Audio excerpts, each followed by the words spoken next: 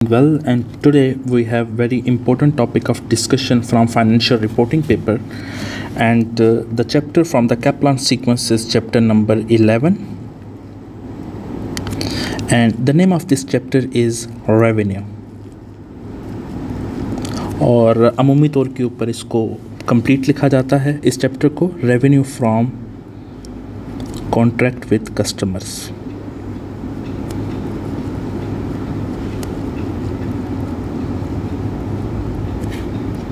Okay और इसको जो स्टैंडर्ड डील करता है वो है international financial reporting standard number 15. Here we go. तो ये हमारा जो चैप्टर है ये काफ़ी बड़ा भी है, लेंथी भी है, और इसमें कुछ इम्पोर्टेंट चीज़ें हैं जो आपके साथ कोशिश करूँगा मैं आसान भाषा में डिस्कस करूँ, और जैसे ये टॉपिक ख़त्म होगा तो फिर हम एग्ज़ाम किट के क्वेश्चंस जो हैं वो टैकल करेंगे. रेवेन्यू, आपको पता है कि जो बिजनेसेस होते हैं उनका ज़्यादा फोकस ये होता है to generate the revenue to meet their expenses and to earn the surplus over the expenses, ताकि वो जो स्टेक होल्डर्स हैं, जो ज़्यादातर शेयर होल्डर्स कहलाते हैं, उनकी वेल्थ को मैक्सिमाइज़ किया जाए. अल्टीमेटली गोल यही होता है कंपनी का. सो द थिंग इज़, जो बड़ी बड़ी कंपनीज होती हैं वो रेवेन्यू रिकग्नाइज़ करने के लिए कुछ अप्रोचेज़ यूज़ करती हैं. उन अप्रोचेज़ को 5 स्टेप अप्रोच कहा जाता है, जो कि मैं आपके सामने लिखने लगा हूँ. Revenue is recognised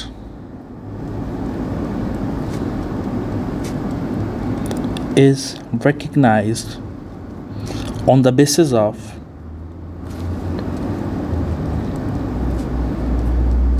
5 step approach. ठीक है, जो कंपनीज होती हैं वो 5 स्टेप अप्रोच यूज़ करती हैं in order to recognise the revenue. I am just gonna list down the 5 steps, और फिर बारी बारी हम देख रहे होंगे कि इन 5 स्टेप्स से मुराद क्या है. Number 1 step, the company first need to identify a contract. Then number 2, the company need to identify the separate performance obligation within a contract. Number 3, the third step is to determine the transaction price.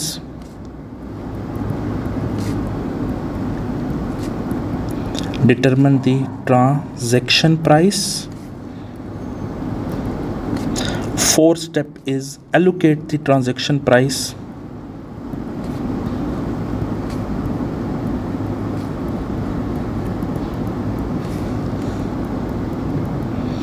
And the last step is to recognize the revenue of the business. ठीक है जी, ये आपके 5 step हैं. और sometimes ये भी होता है कि MCQs में ये पूछ लिया जाता है कि which one is not the part of 5 step approach to recognise the revenue. तो उस सूरत में अगर आपको 5 के नाम याद हुए तो you will be able to tackle that questions. तो आप 1-2 दफ़ा इसको पढ़ेंगे, रीड आउट करेंगे, कॉन्सेप्ट्स क्लियर होंगे, automatically you will be able to tackle that question. तो हम बारी बारी डिस्कस करते हैं कि ये स्टेप्स क्या हैं और इससे मुराद क्या है. Now we have step number 1, that is identify a contract. अच्छा, याद रखें कि ये चैप्टर आपका F3 में भी है, और बड़ा ही छोटा सा स्कोप है इस चैप्टर का. F3 में हमने पढ़ा हुआ, F3 में चैप्टर 17 के अंदर है रिकग्नाइज रेवेन्यू. ठीक है, रेवेन्यू रिकग्नाइज करने की अप्रोच क्या है. अच्छा, सबसे पहले जो कस्टमर के साथ आपका होने जा रहा है वो होगा कॉन्ट्रैक्ट. जैसे कि फॉर एग्ज़ाम्पल आपकी बुटीक है, बुटीक के ऊपर कपड़े डिस्प्लेड हैं, लोग आते हैं और कहते हैं कि ये दिखा दें, वो दिखा दें, ये थान निकाल दें, ये जोड़ा दिखा दें. तो वो कॉन्ट्रैक्ट नहीं होता, that is just an offer to sell. तो अगले ने एक्सेप्ट तो नहीं की ना वो ऑफ़र, अगला तो सिर्फ देख रहा है. तो कॉन्ट्रैक्ट के पीछे कोई ना कोई चीज़ें हैं जो इम्पोर्टेंट है. वो क्या है? मैं उसके स्टेप बता देता हूँ। कॉन्ट्रैक्ट कैसे वजूद में आता है? सबसे पहले ऑफ़र होती है और फिर उसको एक्सेप्ट कर लिया जाता है, ठीक है। Offer and then acceptance. जब ऑफ़र हो, जैसे कि मैंने ऑफ़र की है कि मैं ये गाड़ी बेचना चाहता हूँ और आपने कहा ठीक है हम ले लेते हैं। जब ऑफ़र हो और दूसरी तरफ से एक्सेप्टेंस हो जाए तो वजूद में आता है क्या? प्रॉमिस। ये होता है क्या? प्रॉमिस। मैंने कहा मैं गाड़ी बेचूंगा, आपने कहा डन हो गया जी हम ख़रीदेंगे, दिस बिकम अ प्रॉमिस। और जब आप प्रॉमिस में ऐड कर दें क्या? Price. Once you are suppose to add the price in the promise, तो वो क्या बन जाता है? वो एग्रीमेंट बन जाता है। क्या बनता है? एग्रीमेंट, ठीक है। मैंने कहा मैं गाड़ी 20 लाख की बेचूंगा, आपने कहा जी डन हो गया। प्राइस को कंसिडरेशन बोलते हैं, ठीक है। कंसिडरेशन का मतलब है प्राइस ऑफ प्रॉमिस। ये आपकी किताब में नहीं लिखी स्टेजेस, ये तो मैं बस आपको वैसे लीगली चीज़ें बता रहा हूँ ताकि आपका थोड़ा कॉन्सेप्ट क्लियर हो कॉन्ट्रैक्ट के बारे में। और जब आप एग्रीमेंट में ऐड कर देते हैं क्या? इन्फोर्सेबिलिटी। इन्फोर्सेबिलिटी का मतलब है उसको ले आते हैं लीगल टर्म्स में कि जनाब अगर कोई पार्टी मुकरेगी तो दूसरी पार्टी कोर्ट में चली जाएगी। Once the agreement attach the legal binding enforceability, जैसे हमने कॉन्ट्रैक्ट जो है वो एफिडेविट पे कर लिया, पीस ऑफ पेपर पे कर लिया, तो वो तो अब लीगल बाइंडिंग है। अगर एक पार्टी अपना परफॉर्मेंस ऑब्लिगेशन सेटिस्फाई नहीं करेगी तो दूसरी कोर्ट चली जाएगी, इजंट इट? अच्छा, तो जब एग्रीमेंट में इन्फोर्सेबिलिटी अटैच हो जाए, that basically become a contract. Make sense? अच्छा, अब कॉन्ट्रैक्ट की मैं लीगल डेफिनेशन लिखने लगा हूँ कि कॉन्ट्रैक्ट क्या है। कॉन्ट्रैक्ट इज एन एग्रीमेंट, जो कि हमने ऊपर पढ़ा कि agreement, contract is an agreement which is enforceable at law. ये कॉन्ट्रैक्ट की लीगल डेफिनेशन है, ठीक है। ये वो एग्रीमेंट है that is enforceable at law, कि अगर कोई पार्टी अपना परफॉर्मेंस ऑब्लिगेशन सेटिस्फाई करने से मुकर जाएगी तो दूसरी पार्टी कोर्ट में चली जाएगी, ठीक है, और डैमेजेस क्लेम कर लेगी। आगे चलते हैं। इम्पोर्टेंट बात है, ज़रूरी नहीं है कि कॉन्ट्रैक्ट जो है वो आपका बेसिकली रिटन ही हो। Contract can be written, oral or through any other customary business practices। Written भी हो सकता है, ओरल भी हो सकता है, और कोई आपकी ऐसी प्रैक्टिसेस हैं जो एक्सपेक्टेशन क्रिएट कर दे कस्टमर के ऊपर कि आप ये चीज़ सेटिस्फाई करेंगे। आपकी प्रैक्टिस है कि 7 दिनों के अंदर अंदर कोई चीज़ वापस करे और रिफ़ंड करना चाहे या उसको एक्सचेंज करना चाहे, या फिर ये है कि उसको रिपेयर करवाना चाहे तो आप फ्री ऑफ कॉस्ट करते हैं। तो that is not something written, that is not something orally communicated, that is your customary business practices, ठीक है। अब इसमें कुछ 4-5 पॉइंट हैं जो कि आप किताब से पढ़ेंगे, सिंपल से हैं और उसको मेमोराइज़ करने की ज़रूरत नहीं है, कि जो दोनों पार्टीज़ हैं उन्होंने अपनी टर्म्स एंड कंडीशंस को पढ़ लिया है, they understand their rights and obligations, the price has decided, और जैसे ही एक पार्टी फुलफिल करेगी ओब्लिगेशन अपना, तो that is entitled to get the consideration and the contract have some sort of commercial substance. अब किन सूरतों में कॉन्ट्रैक्ट नहीं होता? बेतहाशा चीज़ें हैं, जैसे कि आपने माइनर के साथ कॉन्ट्रैक्ट कर लिया और कोर्ट के कि माइनर के साथ कॉन्ट्रैक्ट वैलिड ही नहीं है। आपने एक अनसाउंड पर्सन जिसका दिमाग ख़राब है, उसके पागल है, मजनू है, उसके साथ कॉन्ट्रैक्ट कर लिया तो कोर्ट कहेगी ये कॉन्ट्रैक्ट वैलिड नहीं है।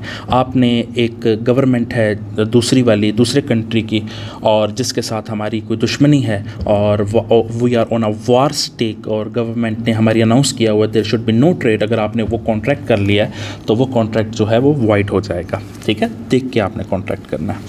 Once you are done with the identification of a contract कि आपके और कस्टमर में कॉन्ट्रैक्ट हुआ है, the next step is step number 2, identify a separate performance obligation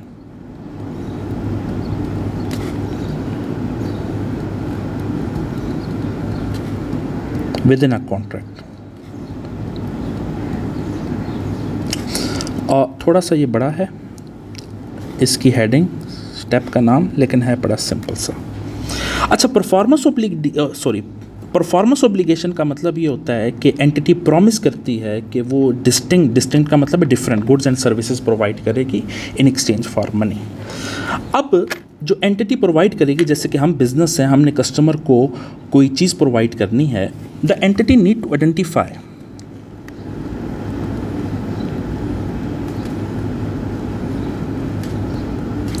to identify separate performance obligation within a contract.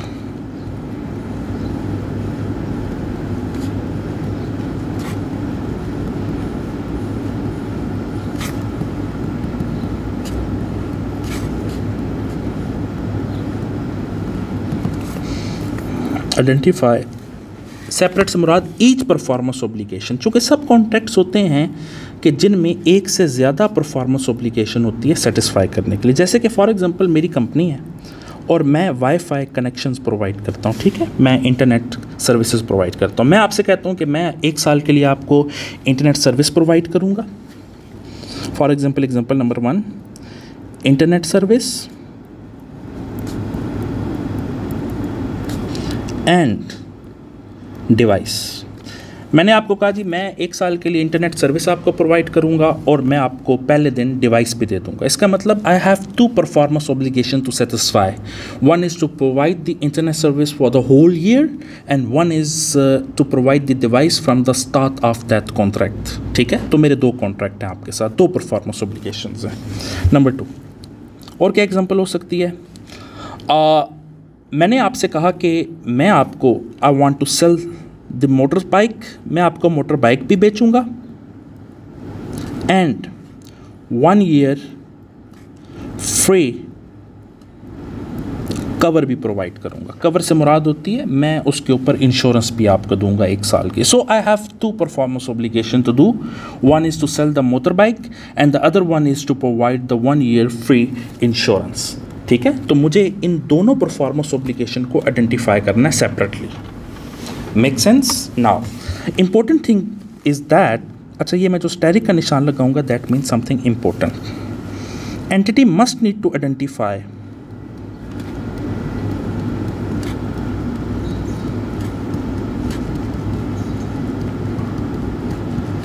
whether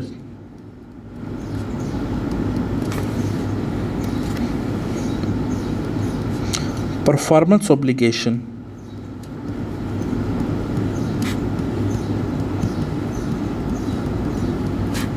is satisfied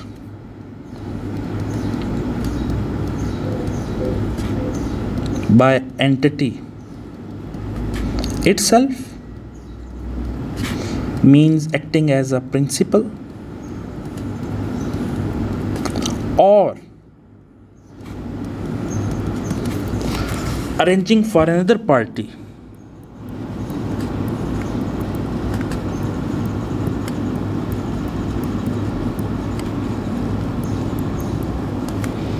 to provide goods or services. It means in that case you are acting as an agent. ठीक है, क्या हमने performance obligation खुद satisfy करना है? जैसे कि for example मेरा शोरूम है, मैं कहता हूँ मैं मोटर बाइक आपको दूंगा और मेरी ही सर्विस है अपनी कवर की, मैं 1 साल की आपको इंश्योरेंस भी प्रोवाइड कर रहा हूँ। इसका मतलब है the whole revenue belongs to me. But just in a case मैं कहता हूँ कि मैं जो शोरूम वाले हैं जिनकी मोटरसाइकिल कंपनी है, मैं उनके बिहाफ पे आपको मेंटेनेंस प्रोवाइड करूँगा। ठीक है, इसका मतलब है जो मोटर बाइक बिकेगा और जो मेंटेनेंस प्रोवाइड होगी मैं सिर्फ उसका कमीशन चार्ज कर रहा हूँगा फ्रॉम दी मोटरसाइकिल कंपनी। ठीक है, मैं आपके बिहाफ पे, जैसे कि आपने मेरी दुकान पे कुछ चीज़ें रखती हैं और आपने कहा कि सर इनको बेच दें, अगर आप बेच देते हैं तो हम आपको 10% इसके ऊपर कमीशन या फ़ी पे करेंगे। तो मैं एज एन एजेंट काम कर रहा हूँ, उस सूरत में पूरा रेवेन्यू मेरा नहीं होगा, बल्कि द कमीशन और a fee that belongs to me is to be recognised as my revenue. तो मैं यहाँ पर लिख देता हूँ, if an entity is acting as an agent,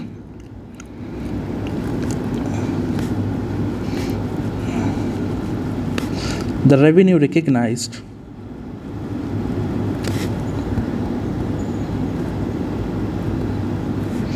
based on fee और कमीशन। ठीक है, रेवेन्यू रिकग्नाइज करेगा किसके ऊपर? जो आपने फ़ी या कमीशन लेना है उसके ऊपर। Make sense? चलें जी आगे चलते हैं। Now we have step number 3, वो है you need to determine the transaction price.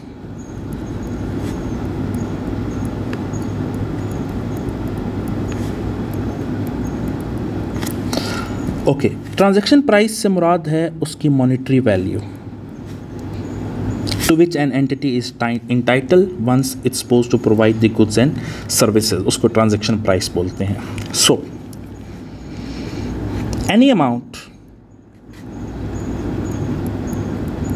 received on behalf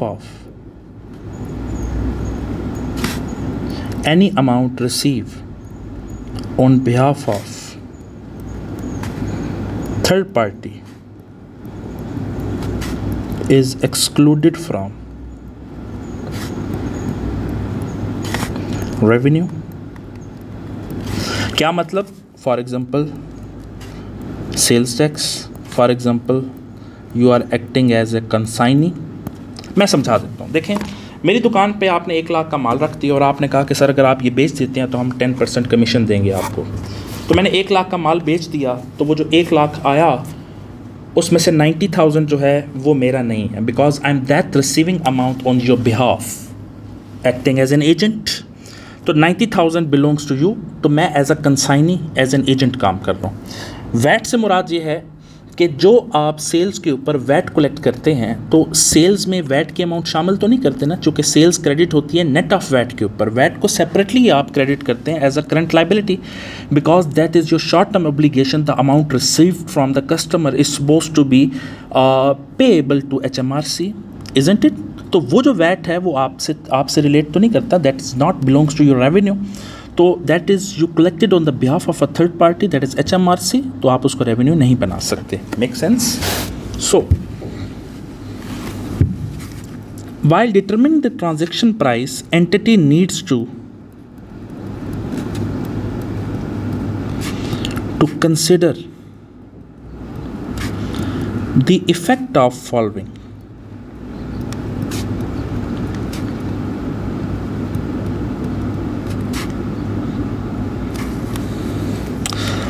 Number 1, variable consideration.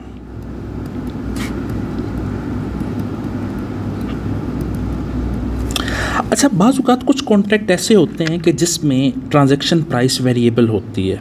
Variable क्यों होती है? कि on achievement of a certain goal और on achievement of a certain benchmark you are entitled to receive the bonus, rebates or the extra amount. तो उस सूरत में that is a variable consideration that is contingent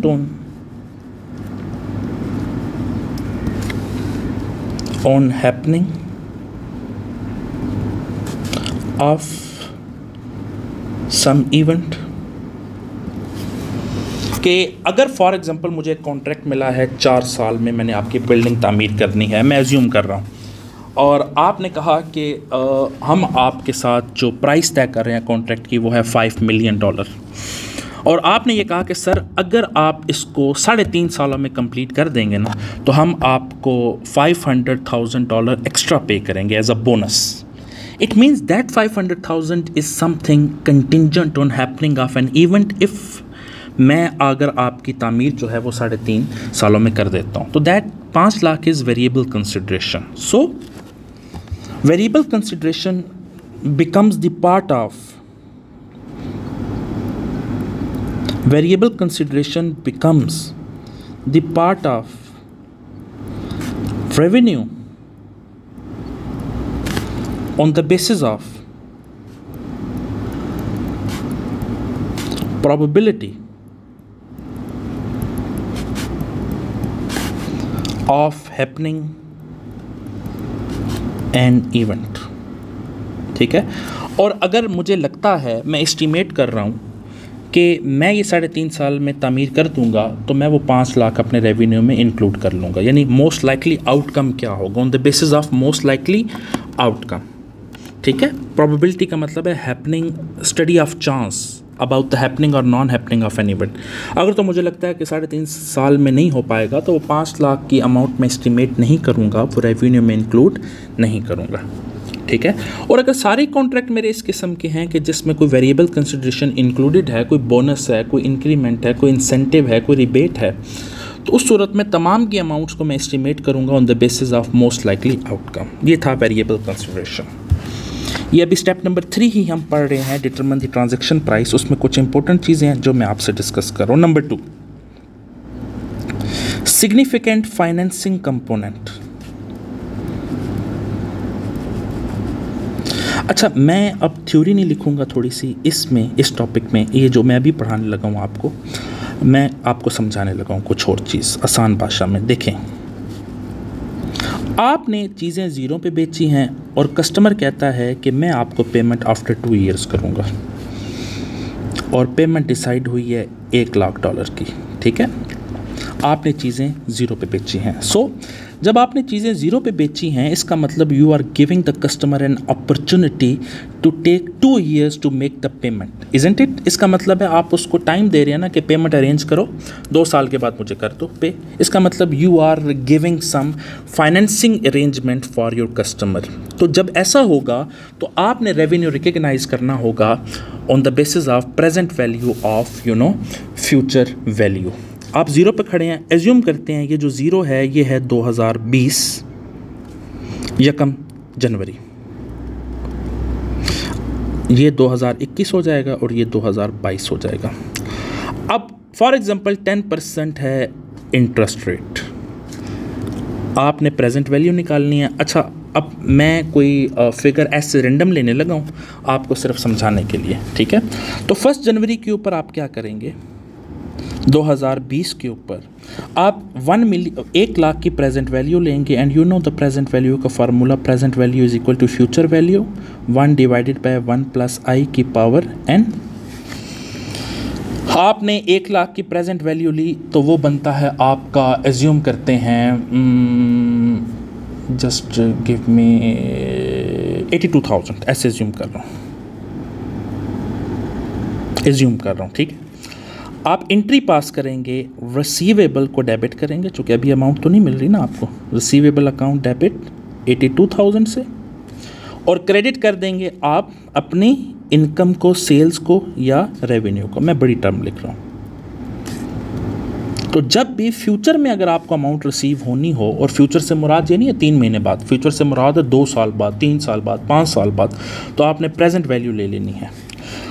अब मसला ये है कि हमने रेवेन्यू रिकग्नाइज किया 82,000 से, अमाउंट हमने 1 लाख लेनी है, रिसीवेबल हमने 82 से क्रिएट किया, तो 18,000 का डिफरेंस है ना। ये 18,000 का डिफरेंस इसलिए आया बिकॉज ऑफ दिस 10%। हमें पता है कि जब प्रेजेंट वैल्यू और फ्यूचर वैल्यू इक्वल ना हो तो वो डिफरेंस रिमूव होता है डिस्काउंट अनवाउंड से। तो हर साल हमने डिस्काउंट अनवाउंड करना है। पहला साल है 31 दिसंबर 2020।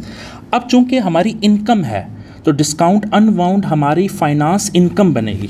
तो 82,000 के ऊपर हम 10% लेंगे तो एंट्री पास होगी, रिसीवेबल को हम और डेबिट कर लेंगे 8200 से, और अपनी फाइनेंस इनकम को क्रेडिट करेंगे because that is our interest income. Make sense? अच्छा, मैं इसको किसी और तरीके से एक्सप्लेन करता हूँ। देखें, आपने आज किसी को $82,000 दे दिया और आपने कहा 2 सालों के बाद मुझे 1 लाख तूने वापस करना है, और इसमें इंटरेस्ट शामिल होना चाहिए 2 सालों का।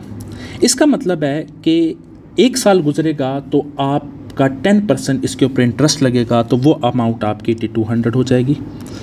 फिर मज़ीद वो अगले साल दोबारा उसके ऊपर कंपाउंड इंटरेस्ट पे करेगा तो अमाउंट आपकी 1 लाख बन जाएगी, तो वो आपको दे देगा। Isn't it?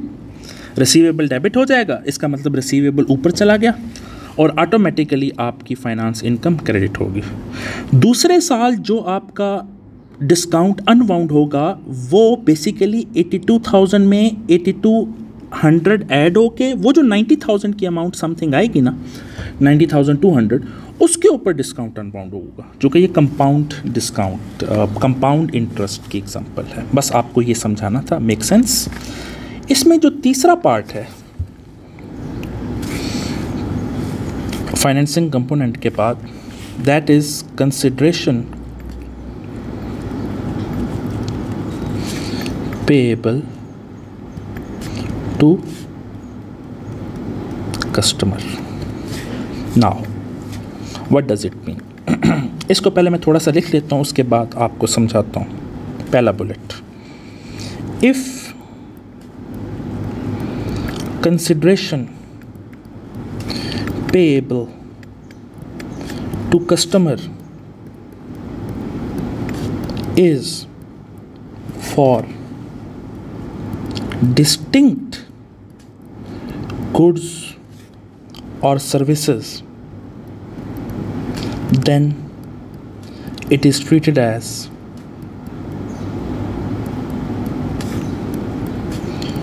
purchases from suppliers। यहाँ पर important वर्ड क्या है? डिस्टिंक्ट। डिस्टिंक्ट से मुराद क्या है? डिफरेंट। मैं आपको समझा देता हूँ, 1 सेकंड में आपको इंशाल्लाह समझ आ जाएगा। देखिए, मैं आपको बेच रहा हूँ फ्रूटा वाइटल्स और आप मुझे कहते हैं कि हमारा बिजनेस लेस का है, मैं कहता हूँ मुझे लेस भी चाहिए। मैं आपको फ्रूटा वाइटल्स बेच रहा हूँ और आपसे मैं लेस ख़रीद रहा हूँ। क्या फ्रूटा वाइटल्स और लेस जो हैं वो एक ही प्रोडक्ट है? नहीं, डिफरेंट है ना। तो मैं जो फ्रूटा वाइटल्स बेचूंगा उसकी एंट्री पास करूँगा क्या? मैं रिसीवेबल्स को डेबिट करके सेल्स को क्रेडिट करूंगा, और जब मैं आपसे लेस ख़रीद रहा हूं तो मैं उसकी एंट्री ऐसे ही पास करूंगा जैसे मैंने आप सप्लायर से चीज़ें ख़रीदी हैं, परचेजेस डेबिट कर दूंगा और सप्लायर्स लाइबिलिटी को क्रेडिट कर दूंगा। डिस्टिंक्ट से मुराद ये है, 2 डिफरेंट चीज़ें। I am selling you fruta vitals and purchasing less from you. ठीक है, अब अगला बुलेट गौर से सुनिएगा।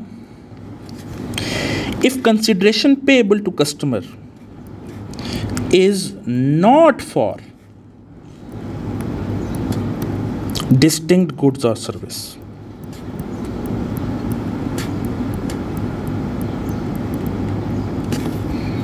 Then transaction price is reduced. Then transaction price is reduced. Sorry. ठीक है, ये इंपॉर्टेंट है, मैंने हाईलाइट कर दिया। देखें, मैं आपको एग्जांपल देके समझाता हूँ। मैं आपके कैश एंड कैरी पे चला गया, मैंने कहा जी मेरे पास फ्रूटा वाइटल का स्टॉक है 1 मिलियन का। आपने कहा जी हमें चाहिए जी 1 मिलियन का स्टॉक। आपने कंडीशन ये लगा दी कि आपके फ्रूटा वाइटल्स के लिए हमें एक बड़ा फ्रीज़र चाहिए, अदरवाइज़ हम आपसे नहीं ख़रीदेंगे। इसका मतलब है कि उन्होंने हमसे एक बड़े डीप फ्रीज़र की डिमांड की है।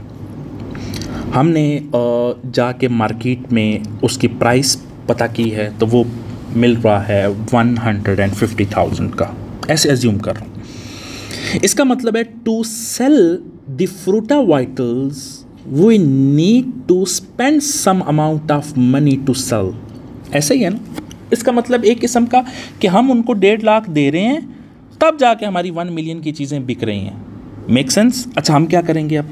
हम करेंगे ये कि हम उनसे कहेंगे कि यार फ्रीज़र आप ले लें, डीप फ्रीज़र जो बड़ा वाला है, जो कि छोटे छोटे नेस्ले के तो अपने फ्रिज होते हैं वो हम दे सकते हैं, लेकिन उनके लिए कस्टमाइज फ्रीज़र बन रहा है जो उनकी डिमांड है कैश एंड कैरी वालों की। हमने कहा बनवा लें। तो ऐसा करें कि जो 1 मिलियन आपने हमें देना है उसमें से हम ऐसा करते हैं कि 1.5 लाख माइनस कर लेते हैं, because that is the consideration we are suppose to give it to you. तो रिमेनिंग अमाउंट जो है वो आप हमें दे दें 8.5 लाख। इसका मतलब है we have just reduce the transaction price because to accommodate वो जो गुड्स एंड सर्विसेज हैं उनको अकोमोडेट करने के लिए हमने क्या किया, हमने कुछ अमाउंट स्पेंड की है उसी को अकोमोडेट करने के लिए ना। तो that is in that case उस सूरत में ट्रांजैक्शन प्राइस को हम रिड्यूस कर देंगे। So this is important concept, make sense. चलें जी, मूविंग फॉरवर्ड। अब हमारा आ गया step number 4।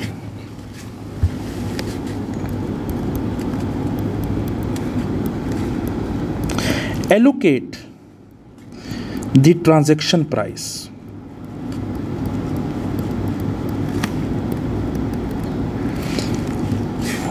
allocate the transaction price. Now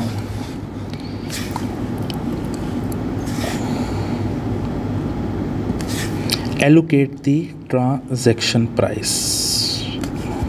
चलें जी, इसको थोड़ा सा पढ़ लेते हैं। Transaction price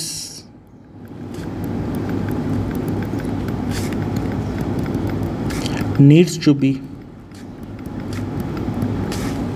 allocated on the basis of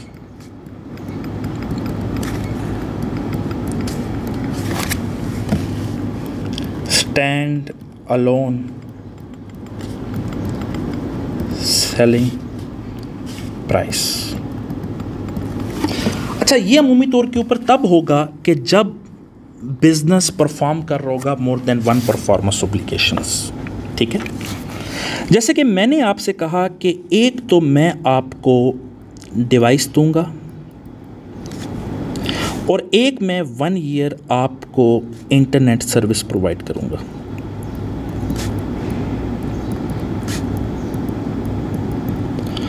और टोटल मैं आपसे चार्ज करूंगा इन दोनों का 50,000। नाउ मैंने जो अपनी इनकम रिकग्नाइज करनी है वो ऑन दैट बेसिस करनी है कि डिवाइस की सेल्स को डिवाइस के हेड में डालूंगा और इंटरनेट सर्विस प्रोविजन की सेल्स को उसके हेड में डालूंगा। क्योंकि जो बड़े बिजनेसेस कंपनीज होती हैं ना, वो जो भी सर्विसेज सेपरेटली प्रोवाइड कर रही होती हैं उनकी इनकम को सेपरेट रिकॉर्ड करती हैं for the comparison purpose, to evaluate the performance of the sale department, to evaluate the performance of a product. Make sense? तो मैं ऐसा करूंगा, आपसे 50,000 ले रहा हूँगा, मैं देखूंगा कि अगर सिर्फ मैं डिवाइस देता हूँ तो मैं कितने चार्ज करता हूँ। तो पता चला जी मैं 15,000 चार्ज करता हूँ डिवाइस का। और अगर मैं सिर्फ इंटरनेट सर्विस प्रोवाइड करता हूँ 1 साल की तो मैं कितने चार्ज करता हूँ, मैं चार्ज करता हूँ 35,000। इसका मतलब है कि मैंने जो ट्रांजैक्शन प्राइस आपसे चार्ज करनी है उसकी एंट्री मैं सेपरेट हेड में रिकॉर्ड करूंगा। इसी को कहते हैं allocate on the basis of stand alone selling price. Stand alone selling price से मुराद ये है कि अगर सेपरेट मैं बेच रहा होता तो कितने की बेच रहा होता। डिवाइस की सेल्स सेपरेट डाल दूंगा, इंटरनेट की सेपरेट डाल दूंगा और आपसे टोटल 50,000 चार्ज कर लूँगा। अगर stand alone selling price observable यानी कि ना आपको डिटरमिन हो सके तो दैट शुड बी ऑब्जर्व। मैंने कभी डिवाइस जो है वो सेपरेटली बेची ही नहीं है, एज्यूम कर रहा हूँ, लेकिन आपकी ज़िद है कि आपको डिवाइस चाहिए, सर्विस नहीं चाहिए मेरे से।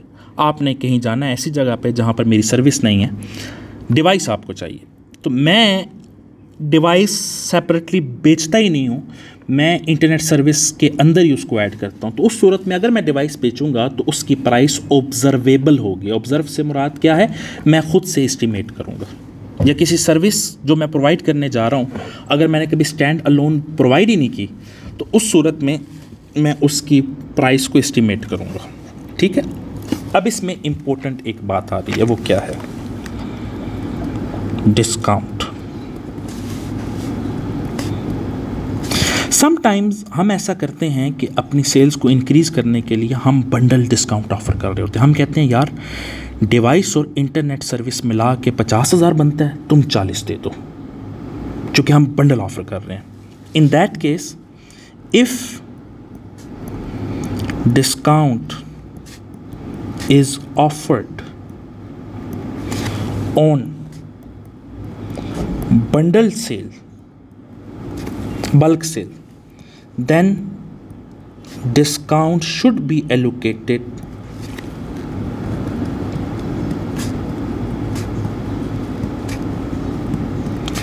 अक्रॉस ईच कंपोनेंट सेपरेटली, ये इंपॉर्टेंट है। अगर मैं बंडल सेल के ऊपर आपको डिस्काउंट दे रहा हूं तो डिस्काउंट एलोकेट करना है मैंने अक्रॉस ईच कंपोनेंट सेपरेटली, लेकिन ये तब होगा when that is given on a bundle sale. मैं आपको एग्जांपल देके समझाने की कोशिश करता हूँ। Let me give you some sort of example. देखें, ये इंपॉर्टेंट कॉन्सेप्ट है, ये पूछा जाता है, ध्यान से देखिएगा बेटा। मैं आपको कहता हूँ कि यार ऐसा है, मैं आपको device plus 1 year internet service provide कर रहा हूँ, आपका टोटल बनता है 50,000। आप ऐसा करें, अगर ये दोनों सर्विसेज मेरे से लेते हैं 40 दे दें। इसका मतलब I am giving you 10,000 discount. अगर दोनों सर्विस कस्टमर लेते हैं तो इसका मतलब I am offering discount on bundle sales. अब मुझे पता है मेरी अपनी वर्किंग के साथ कि अगर मैं डिवाइस देता हूँ सेपरेटली तो 15,000 चार्ज करता हूँ, और इंटरनेट सर्विस में अगर सेपरेट प्रोवाइड करता हूँ तो मैं 35,000 चार्ज करता हूँ। ठीक है, ये मुझे पता है, ये मेरी अपनी वर्किंग है, ये कस्टमर को नहीं बता रहा।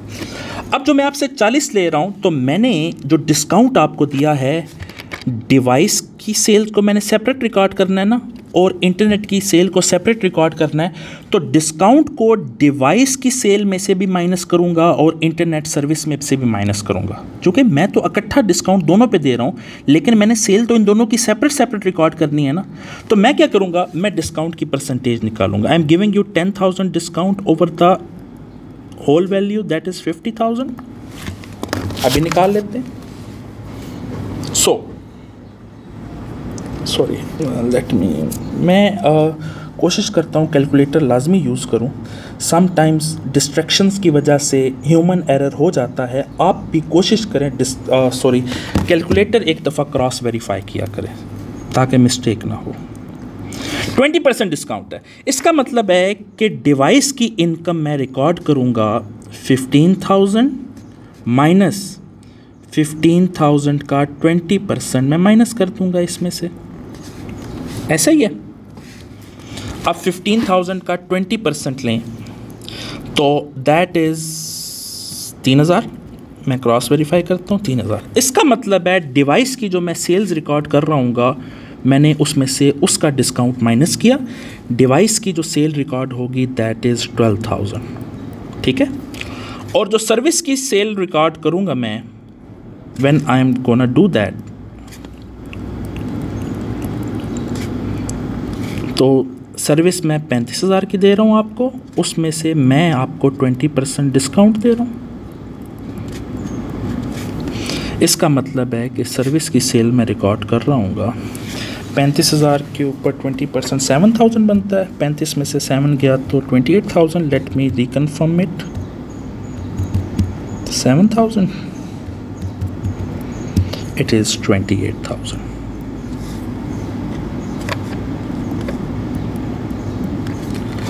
अगर दोनों की सेल्स में जब रिकॉर्ड करूंगा तो 12,000 डिवाइस का है, 28,000 सर्विस का है, तो मैंने आपसे टोटल कितना ले लिया, 40,000। Make sense? इस चीज़ की समझ आई है? That's great. ठीक है, नाउ अब ज़रा इसको गौर से सुने। मैंने क्या लिखा था, if discount is offered on a bundle sale then discount should be allocated across each component separately. Bundle sale के ऊपर डिस्काउंट सेपरेटली ईच कंपोनेंट के ऊपर अलाउ होने के बाद जो नेट अमाउंट आ रही होगी वो आपकी इनकम बुक होगी। लेकिन अगर आप कहते हैं कि सर डिवाइस के ऊपर सिर्फ डिस्काउंट 10% दिया जा रहा है, सर्विस के ऊपर नहीं दिया जा रहा, आप कहते हैं कि सर हम आपको डिस्काउंट देंगे डिवाइस के ऊपर, सर्विस के ऊपर नहीं देंगे, तो फिर वो डिस्काउंट सिर्फ डिवाइस में से माइनस हो के डिवाइस की इनकम रिकॉर्ड होगी। वो 1 ईयर इंटरनेट सर्विस जो है वो 35,000 ही रिकॉर्ड होगी। अगर डिस्काउंट इंडिविजुअल आइटम के ऊपर दिया जा रहा है, बंडल के ऊपर नहीं दिया जा रहा, तो वो सिर्फ उसी इंडिविजुअल आइटम में से माइनस होगा। अगर बंडल के ऊपर डिस्काउंट दिया जा रहा है, बंडल सेल के ऊपर, तो वो ईच कंपोनेंट अक्रॉस में से माइनस होकर इनकम बुक हो रही होगी। ठीक है, इसके बाद हम आखिरी स्टेप करेंगे और उसके बाद हम थोड़ा सा आगे जाएंगे। Thank you.